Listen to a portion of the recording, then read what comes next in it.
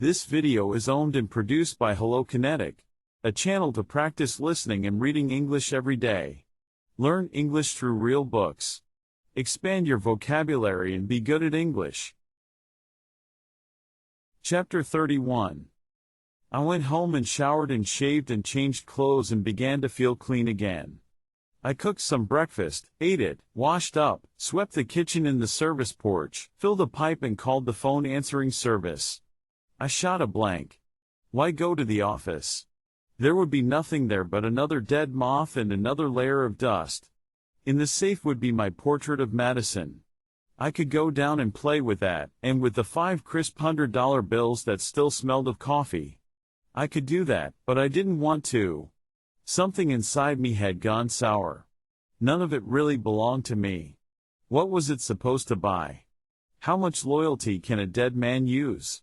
Phooey, I was looking at life through the mists of a hangover. It was the kind of morning that seems to go on forever. I was flat and tired and dull, and the passing minutes seemed to fall into a void, with a soft whirring sound, like spent rockets. Birds chirped in the shrubbery outside and the cars went up and down Laurel Canyon Boulevard endlessly. Usually I wouldn't even hear them. But I was brooding and irritable and mean and oversensitive. I decided to kill the hangover. Ordinarily I was not a morning drinker. The Southern California climate is too soft for it.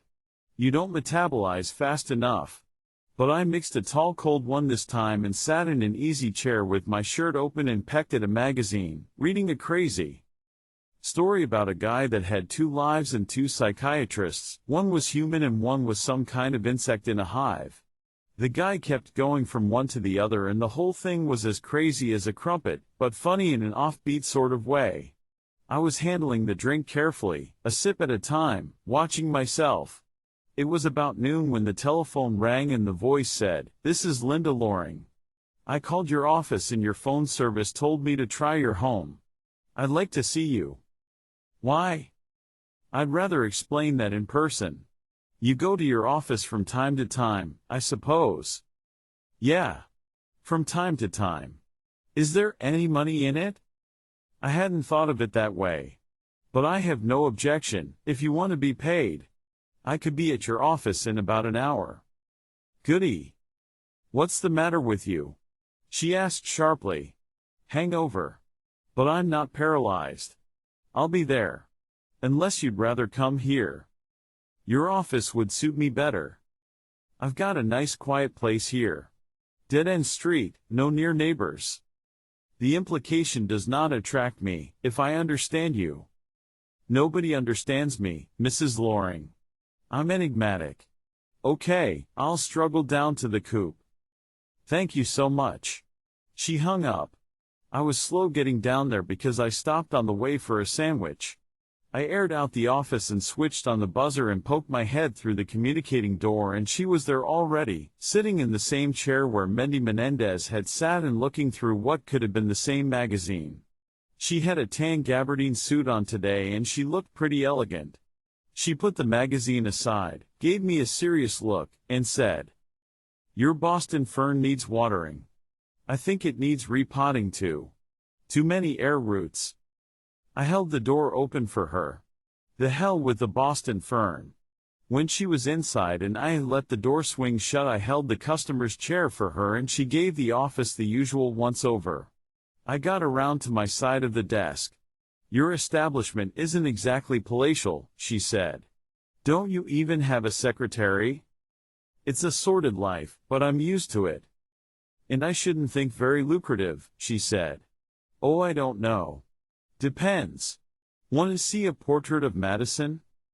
"Oh, what?" "A $5,000 bill. Retainer. I've got it in the safe." I got up and started over there. I spun the knob and opened it and unlocked a drawer inside, opened an envelope, and dropped it in front of her. She stared at it in something like amazement. "Don't let the office fool you," I said. "I worked for an old boy one time that would cash in at about 20 millions. Even your old man would say hello to him. His office was no better than mine, except he was a bit deaf and had that soundproofing stuff on the ceiling. On the floor brown linoleum, no carpet. She picked the portrait of Madison up and pulled it between her fingers and turned it over. She put it down again. You got this from Terry, didn't you? Gosh, you know everything, don't you, Mrs. Loring? She pushed the bill away from her, frowning. He had one. He carried it on him ever since he and Sylvia were married the second time. He called it his mad money. It was not found on his body. There could be other reasons for that.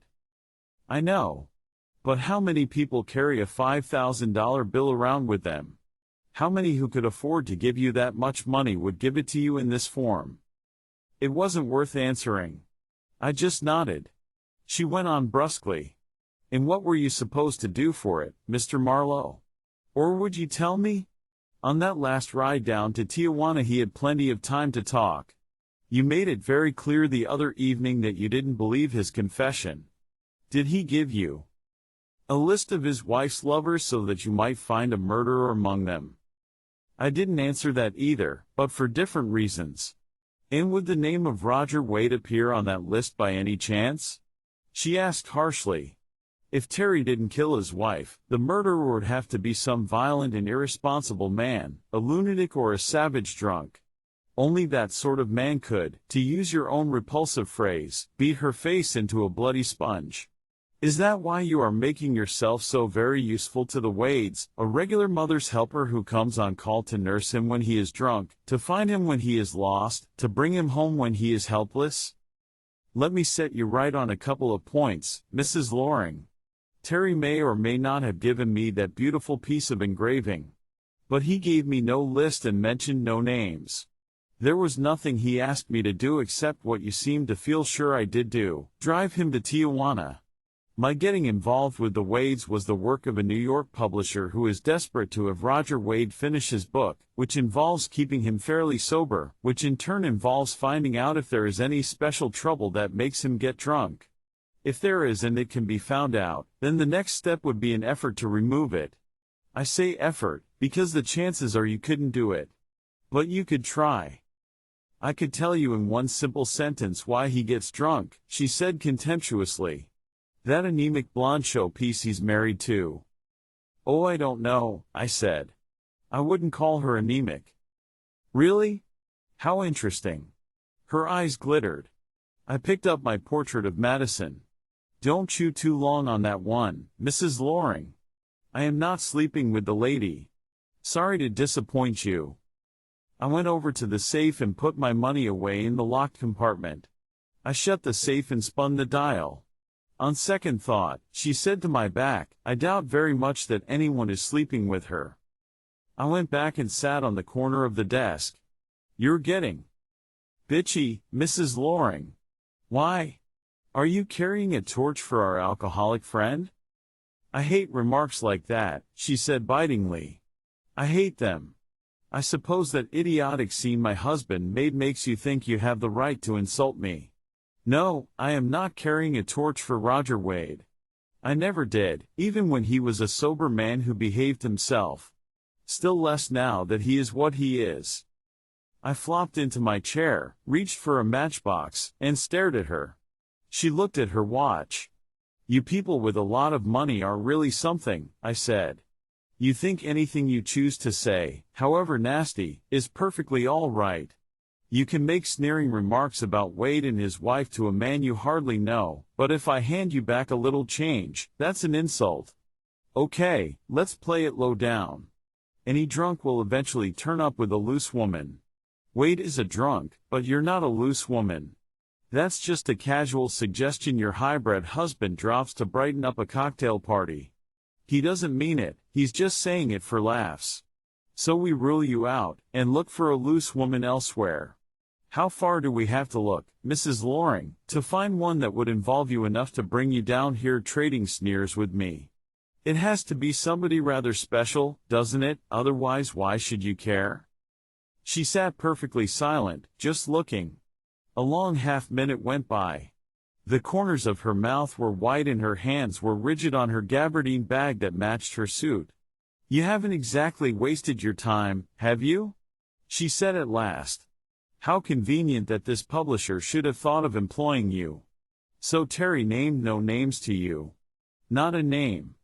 But it really didn't matter, did it, Mr. Marlowe? Your instinct was unerring. May I ask what you propose to do next? Nothing. Why, what a waste of talent. How can you reconcile it with your obligation to your portrait of Madison? Surely there must be something you can do. Just between the two of us, I said, you're getting pretty corny. So Wade knew your sister. Thanks for telling me, however. Indirectly. I already guessed it. So what? He's just one of what was most likely a fairly rich collection. Let's leave it there. And let's get around to why you wanted to see me. That kind of got lost in the shuffle, didn't it? She stood up. She glanced at her watch once more. I have a car downstairs. Could I prevail upon you to drive home with me and drink a cup of tea? Go on, I said. Let's have it. Do I sound so suspicious? I have a guest who would like to make your acquaintance. The old man? I don't call him that, she said evenly. I stood up and leaned across the desk. Honey, you're awful cute sometimes. You really are. Is it all right if I carry a gun? Surely you're not afraid of an old man. She wrinkled her lip at me. Why not? I'll bet you are, plenty. She sighed. Yes, I'm afraid I am. I always have been. He can be rather terrifying. Maybe I'd better take 2 guns, I said, then wished I hadn't.